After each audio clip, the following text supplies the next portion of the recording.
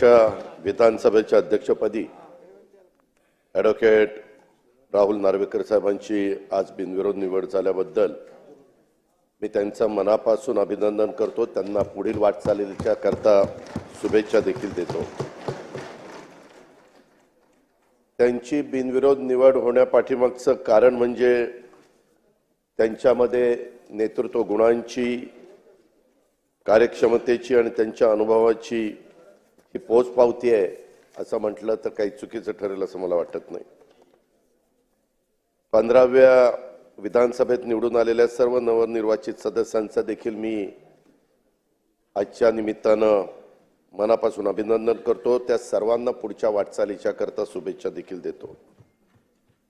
अध्यक्ष महोदय, खरं तर सभागृहाचे नेते देवेंद्रजींनी आणि उपमुख्यमंत्री एकनाथराव शिंदे साहेबांनी आपल्याबद्दल खूप काही त्या ठिकाणी सांगितलं। मला आठवतं राजकीय जीवनामध्ये जी 35 वर्षापूर्वी मी सुरुवात केली आणि त्यावेळेस आम्ही सभागृहामध्ये जयंत पाटील, आर पाटील, मी, दिलीप वळसे पाटील अशा आम्ही 4-5 लोक 90च्या बॅचचे आलो आणि तेव्हापासून काम करत असताना मी नेहमी एक बघितलं की राज्यामध्ये वेगवेगळ्या भागामध्ये चांगले कार्यकर्ते आपल्यातनं पण तयार करायचे आणि दुसरे पण त्या ठिकाणी आपल्याकडे कसे येतील त्या ठिकाणी पाहायचं। तुमच्या राजकीय जीवनाला सुरुवात झाली त्यावेळेस तुम्ही शिवसेनेमध्ये होता। प्रवक्ता म्हणून तुमचं कामकाज आम्ही टीव्हीवर बघायचो, इतर ठिकाणी ऐकायचो आणि त्याच्यातनं एक दिवस मी आपल्याला म्हणालो की राहुलजी, आपल्याला पटो किंवा न पटो एक लोकसभेची जागा आहे, तिथं आपण उभं राहा। तुम्ही जरा नाही म्हणत होता, परंतु मी फार आग्रह केला। वास्तविक त्यावेळेस मोदी साहेबांची लाट होती आणि त्या लाटेमध्ये मी म्हणणारे सगळे पराभूत झाले। परंतु तेव्हा मी आपल्याला असाही शब्द दिलेला होता की जर अपयश आलं तर तुम्हाला विधिमंडळामध्ये निश्चितपणे प्रतिनिधित्व देण्याची जबाबदारी आम्ही लोक घेऊ आणि तशा पद्धतीने जबाबदारी वरच्या सभागृहामध्ये तुम्ही त्या ठिकाणी पार पाडली। ही तुमची ह्या विधिमंडळातली सुरुवात। विधान परिषदेमध्ये आपण उत्तम काम करत होता। आपली वकिली अतिशय चांगल्या पद्धतीने प्रख्यात वकील म्हणून तुमची ओळख, अभ्यास मी त्या ठिकाणी पाहायचो। नंतरच्या काळामध्ये माझं जसं लक्ष असं असायचं तसंच लक्ष आमच्या आत्ताचे मुख्यमंत्री त्यांचंही असतं आणि मी तुम्हाला तिकडनं इकडे आणलं, त्यांनी मला माझ्याकडनं त्यांच्याकडे घेऊन गेले आणि कुलाब्यातनं तुम्हाला उमेदवारी दिली। कुलाब्यात तुम्ही चांगल्या मताधिक्याने विजयी झाला। तसं बघितलं तर त्या मतदारसंघाची आत्ताच देवेंद्रजींनी साधारण ओळख सांगितली आणि तुमचं असणारं काम हे आम्ही सगळ्यांनी गेले काही दिवस बघतोय। पाठीमागच्या काळामध्ये आम्ही सरकारमध्ये असताना देवेंद्रजी ज्यावेळेस बोलायला उठायचे त्यावेळेस देवेंद्रजींच्या पाठीमागे बसून वेगवेगळ्या पद्धतीची माहिती, वेगवेगळ्या ह्याच्याबद्दल काही दाखले वेगवेगळे देण्याचा प्रयत्न देखील तुम्ही करायचा। अशा पद्धतीनं आम्ही सगळ्यांनी तुमचं काम बघितलंय। मागच्या वेळेस 2.5 वर्षांनी ज्यावेळेस एकनाथराव शिंदे साहेब राज्याचे मुख्यमंत्री झाले आणि त्यावेळेस तुम्हाला भारतीय जनता पक्षाच्यामुळं अध्यक्षपदाची संधी त्या ठिकाणी मिळाली। 2.5 वर्षापूर्वी विद्यमान उपमुख्यमंत्री एकनाथराव शिंदेंच्या नेतृत्वाखाली सरकार स्थापन झाल्यानंतर आपली निवड ही देवेंद्रजींनी आणि सगळ्या महायुतींनी केली आणि आज आपलं महाराष्ट्र विधानसभा ही देशाला दिशा देणारी विधानसभा आहे। या विधानसभेत जेव्हा कायदेशीर पेच प्रसंग उभा राहिला तेव्हा फक्त महाराष्ट्राचं लक्ष इथं नव्हतं, उभ्या भारताचं आणि विधिमंडळ जेवढी काही कामं करतात त्या सगळ्यांचं लक्ष तिथं होतं, कारण आपलं हे कायदेमंडळ आहे। तेव्हा अध्यक्ष महोदय, थोड्याशा मनाला वेदना व्हायच्या, कारण विरोधकांनी ताळतंत्र सोडून अध्यक्षांच्यावर वैयक्तिक टीका केलेली आम्ही त्यावेळेस पाहिली। पण अशा काळात देखील आपण आपला संयम न सोडता कायदेशीर प्रक्रिया पूर्ण करून ऐतिहासिक निकाल या बाबतीमध्ये दिला आणि आपण दाखवलेला संयम हा महाराष्ट्राच्या विधानसभेला परंपरेला साजेसा अशा प्रकारचा होता।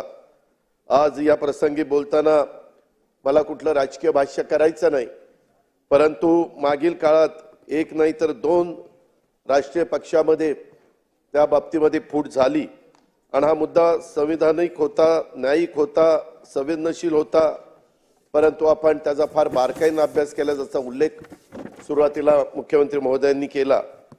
आणि एक निष्णात वकील असल्यामुळे आपल्याला न्यायालयीन प्रक्रियेबद्दल दांडगा अनुभव होता आणि अनुभव आणि कायदेशीर विद्वत्ता यामुळे आपण अतिशय कौशल्याने हा विषय हाताळलेला सर्वांनी पाहिला.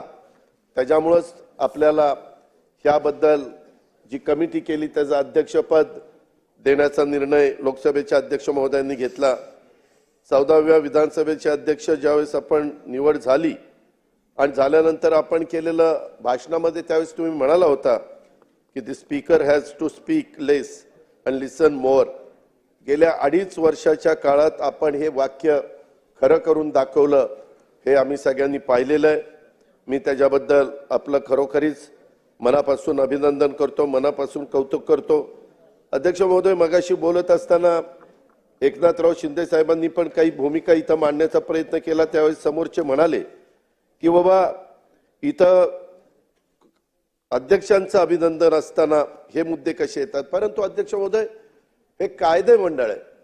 शेवटी इथं ज्या ज्या गोष्टी घडतात, आज सभागृहाचे नेते काय बोलले, समोरचे लोक काय बोलले, इतर सहकारी काय बोलले, निवडणुकीच्या काळामध्ये आपण सगळ्यांनी बघितलं अध्यक्ष महोदय, अनेक जण स्टेजवर संविधान हातामध्ये घ्यायचे.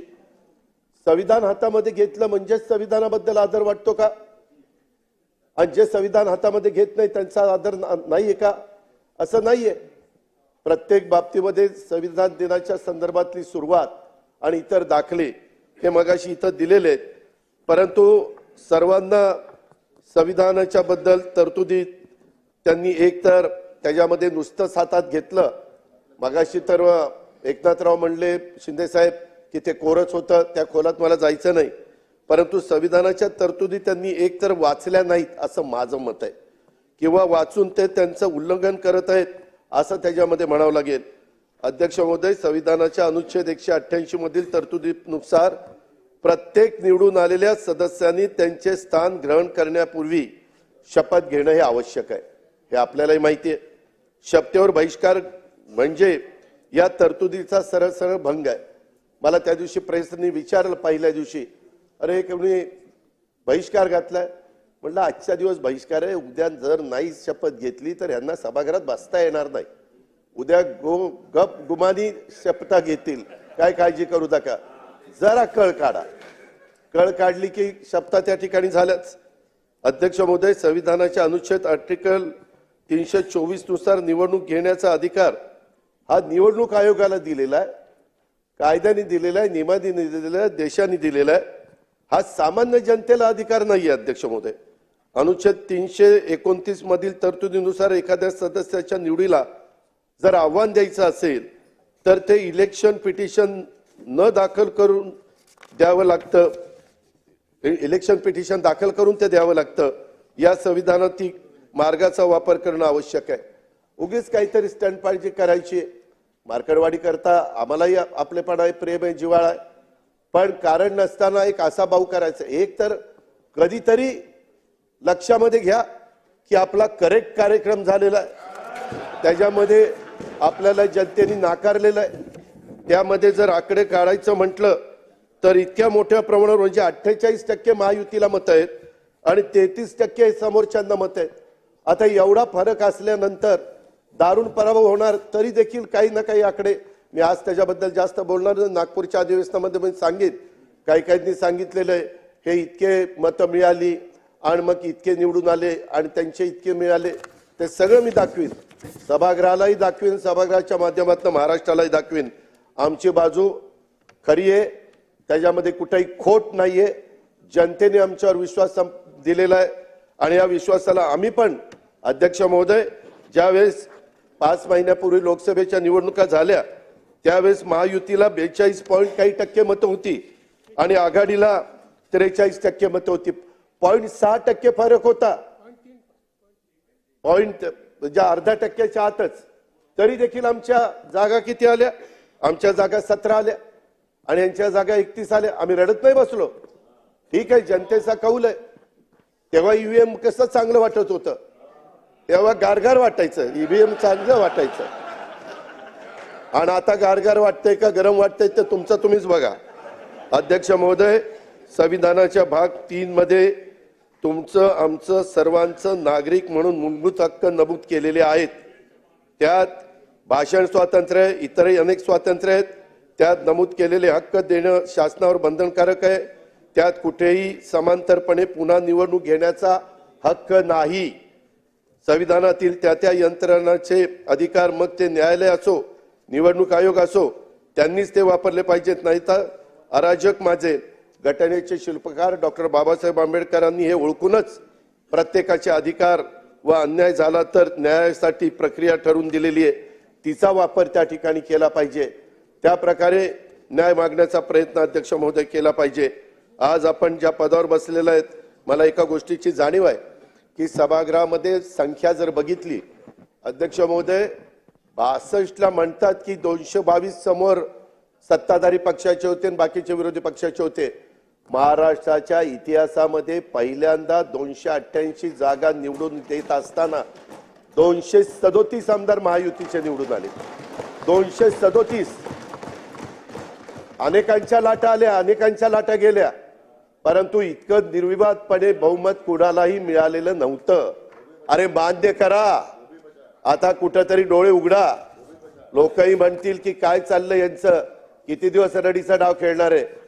खुल्या मनाने आम्ही जसं लोकसभेला खुल्या मनाने मान्य केलं आणि नंतर पुन्हा तिघांनी ठरवलं की बाबा आता पुन्हा लोकांच्या समोर जायचंय, आमदार तर निवडून आले पाहिजेत, सरकारशिवाय निर्णय घेता येत नाही. आणि त्याच्यातनं आम्ही लाडकी बहीण आली. लाडक्या बहिणीनं आम्हाला सगळ्यांना इथं बसवलं, हे लक्षात ठेवा. जे आहे ते आहे, मान्य करायला शिकलं पाहिजे. अध्यक्ष महोदय, एक गोष्ट खरी आहे, परंतु आता इथून पुढे सभागृहाचं कामकाज चालत असताना इतकं मोठ्या प्रमाणावर गुलाबी जॅकेट आज इकडे दिलंय, काय अडचण आहे? अडचण आहे. मुख्यमंत्र्याला दिलंय.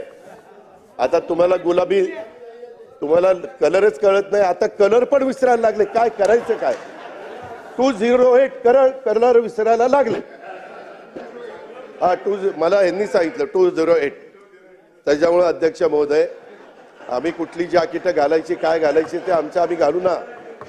तुम्हाला जॅकेट घालायची का नाही घालायची ते तुमचं तुम्ही ठरवा.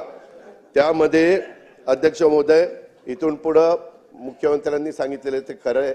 अध्यक्ष महोदय, खूप जण आम्ही तुमचं चेंबर बघायचो, आम्हाला ते चांगलं वाटलं, तुम्ही लगेच मुख्यमंत्र्यांचं केलं, नंतर आमच्या दोघांची केली, म्हणजे उपमुख्यमंत्र्यांची. पण बाकीचे म्हणतात काय आम्ही काय घोडी मारलीत का? काम चालू आहे. इतरांचे पहिला ग्राउंड फ्लोअर झालंय, आपल्याप्रमाणे माझंही काम चालू असतं. ओके ओके, मग हरकत नाही. ते काम चालू आहे तर आम्ही कुठेही निधीची कमतरता पडून देणार नाही. अध्यक्ष महोदय, काही काही गोष्टी सभागृहातल्या लोकांच्या करता, सन्माननीय सदस्यांच्या करता ह्या झाल्या पाहिजेत. कधी कधी आपण लक्षात घेत नाही, परंतु मनोरा आमदार निवास हे वेळेमध्ये पूर्ण करण्याच्या करता ह्या बाकीच्या सगळ्या आमदारांच्या करता फार गरजेचं आहे. आपण अतिशय चांगला प्लॅन केलाय, त्याच्याबद्दल दुमत नाही अध्यक्ष महोदय, परंतु विक्रमी वेळेत ते पूर्ण व्हावं आणि लवकरात लवकर सगळ्या आमदारांना दोन्ही बाजूच्या चांगल्या दर्जाच्या निवासाची व्यवस्था त्या ठिकाणी व्हावी, अशा प्रकारची अपेक्षा मी या निमित्तानं या ठिकाणी करतो.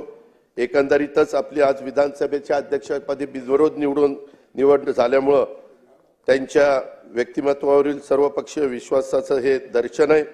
मी त्याच्याबद्दल विरोधी पक्षाच्या पण सन्माननीय सदस्यांचा, त्यांच्या गटनेत्यांचा पण आभार मानतो की ही निवडणूक बिनविरोध करण्याच्या करता त्यांनी पण मनाचा मोठेपणा दाखवला. निर्विवादपणे आपण निवडून येणार होता ही तर काळ्या दगडावरची रेघ आहे, पण तरी देखील त्याच्यात एक मनाचा मोठेपणा या समोरच्यांनी दाखवला, त्याबद्दल मी त्यांनाही धन्यवाद देईल. अध्यक्ष महोदय, आपल्या नेतृत्वाखाली आपल्या विधानसभेचं काम अधिक परिणामकारक आणि लोकहितकारी होईल याबद्दल आमच्या कुणाच्याही मनामध्ये तिळमात्र शंका नाही. मी पुन्हा एकदा आपलं अभिनंदन करतो, तुम्हाला पुढच्या वाटचालीच्या करता मनापासून शुभेच्छा देतो. धन्यवाद आणि थांबतो.